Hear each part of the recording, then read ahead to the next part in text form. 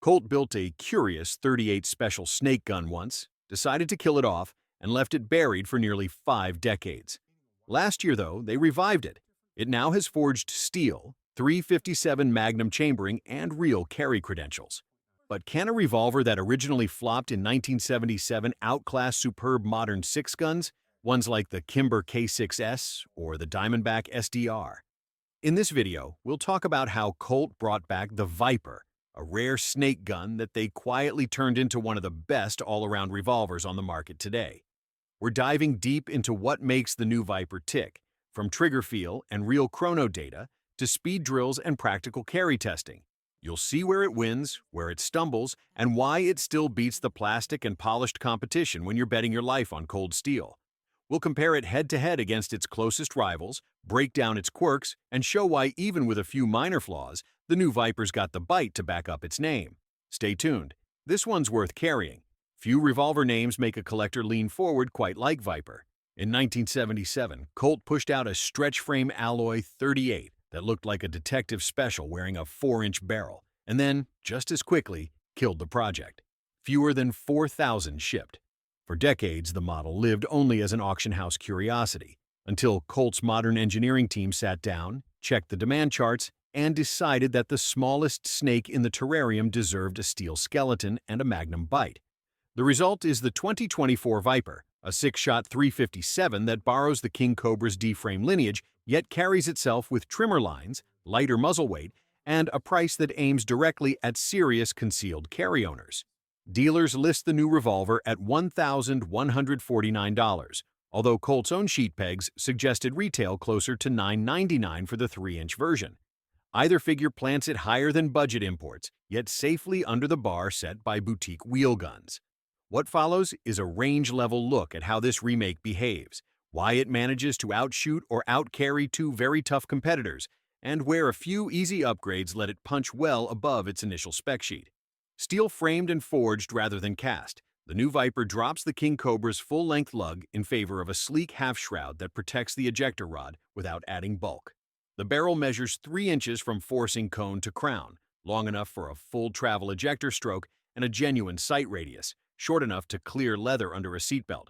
A 4¼ inch option exists for those who skew toward double-action silhouette matches or backcountry work, yet the 3-inch gun is where most owners land. Weight sits at 26.9 ounces empty, right in the sweet spot where recoil stops being punishing, yet belt carry never feels like towing a boat anchor. Wood-checkered Coke bottle stocks ride low on the tang and give an unmistakably classic silhouette, though several hundred rounds confirmed that hot magnum loads will slam a middle finger into the guard. A set of finger-groove laminate badgers or rubberized Hogues fixes the issue for $40 in 5 minutes with a flat-blade screwdriver, so grip bite never turns into a deal-breaker. Many shooters worry that Colts are either tuned race guns or gritty truck guns, depending on which spring lands in the frame. The Viper's action eases that concern. A V-shaped mainspring rides a pivot arm that keeps the double-action pull smooth rather than stacking, and the average break on 3 digital gauges hovered at 8 pounds 13 ounces. Single-action let-offs at a hair over 4 pounds. Numbers only tell part of the story. The arc feels long in the way a service revolver should, yet it never telegraphs the handoff where cylinder ratchet, rebound slide, and sear usually grind against each other. After a 50-round familiarization, the trigger became second nature, and bobbing plates at 15 yards felt almost semi-automatic fast. Chronograph data backed up the subjective impressions. Federal's Train and Protect 125 grain .357 Magnum cleared the muzzle at 12.99 feet per second and grouped 5 shots into 1.17 inches at 12 yards. Black Hills Factory New 125 grain plus P38 specials average 938 feet per second with a 2-inch mean radius, delivering controllable flip and 244 foot-pounds for those who favor lighter recoil.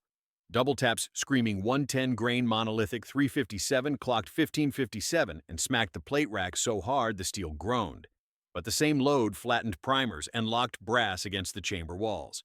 No doubt the Viper can handle stout loads, yet it rewards operators who pattern several brands and pick a cartridge that balances controllability, velocity, and easy extraction. In practical drills, the Revolver shined with Federal's 158 grain Hydroshock, printing 2.5-inch groups at 10 yards and pushing 1289 feet per second. Serious power without the angry slap. Let's shift gears for a bit.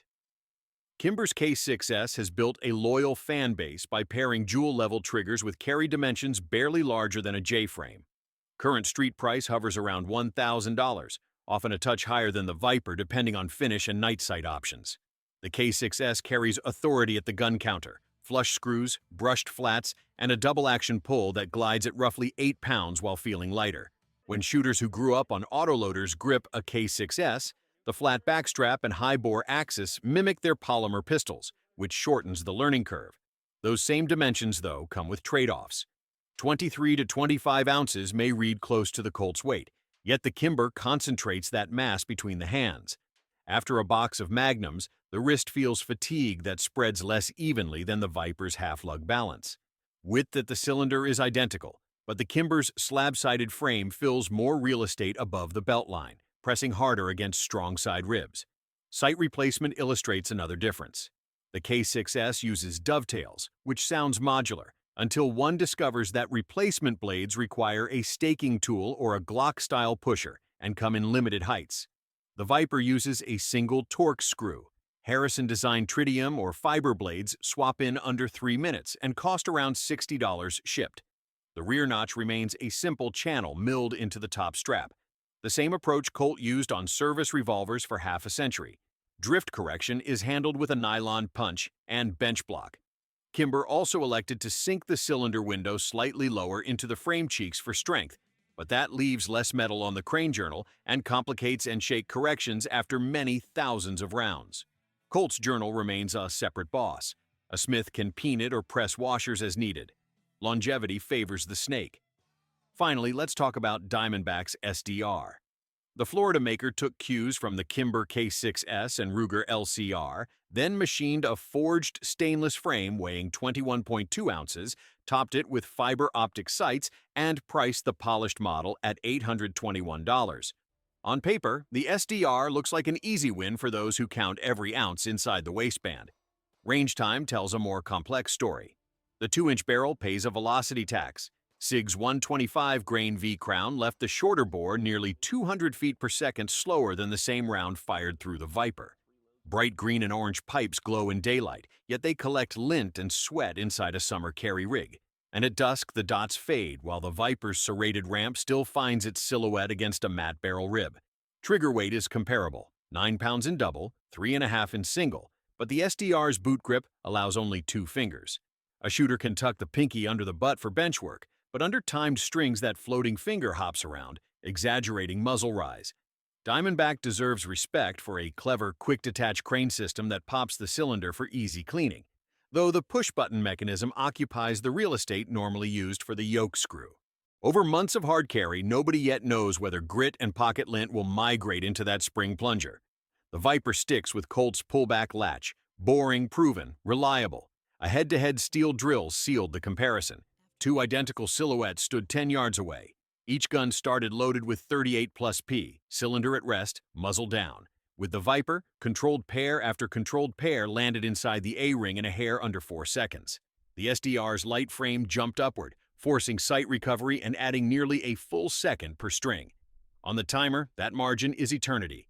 When move-and-shoot phases stretched to 15 yards, the Viper's extra inch of barrel and longer ejector rod showed their value. Empties flew free on the first stroke, speed loader horns cleared chamfered chambers, and fresh rounds seated without rocking. The SDR's rod fell short of a full throw, so one stubborn case had to be plucked before a reload could begin.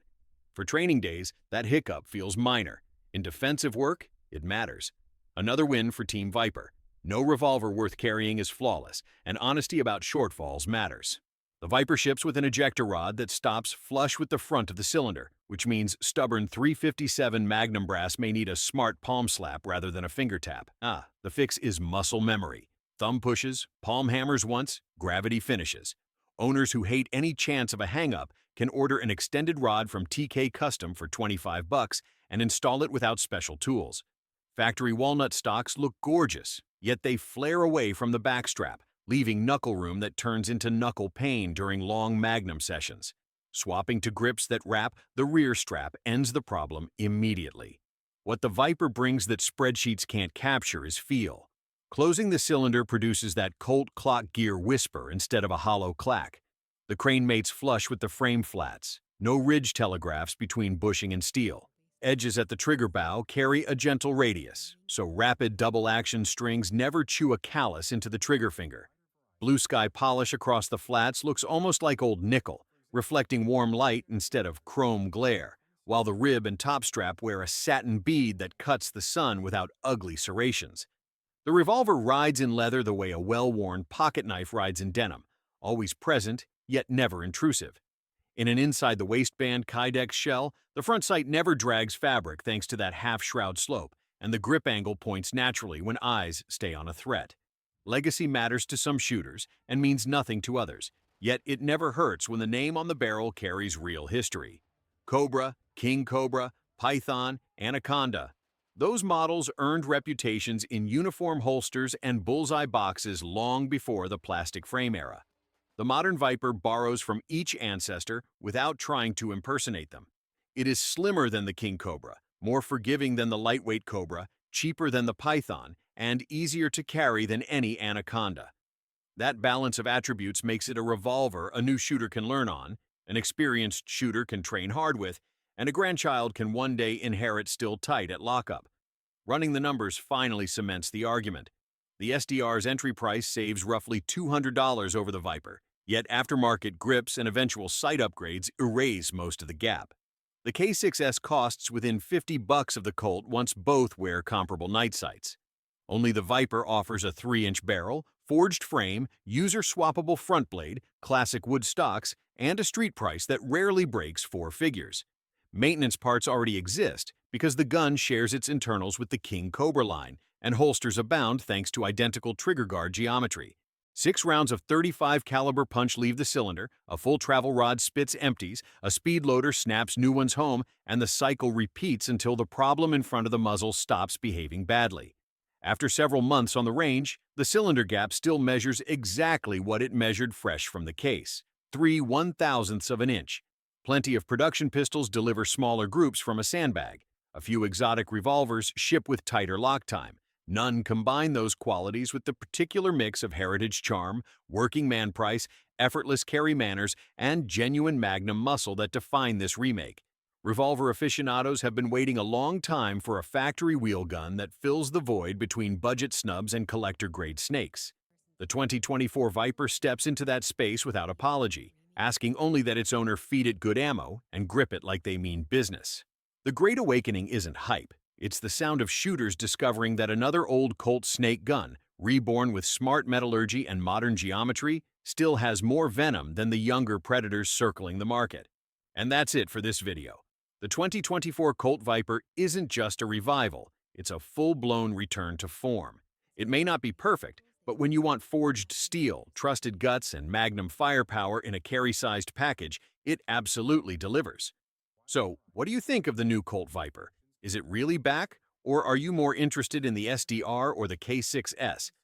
Tell us why in the comments, then hit like, share this with your wheelgun crew, and don't forget to subscribe and tap the bell for more pro-Second Amendment deep dives.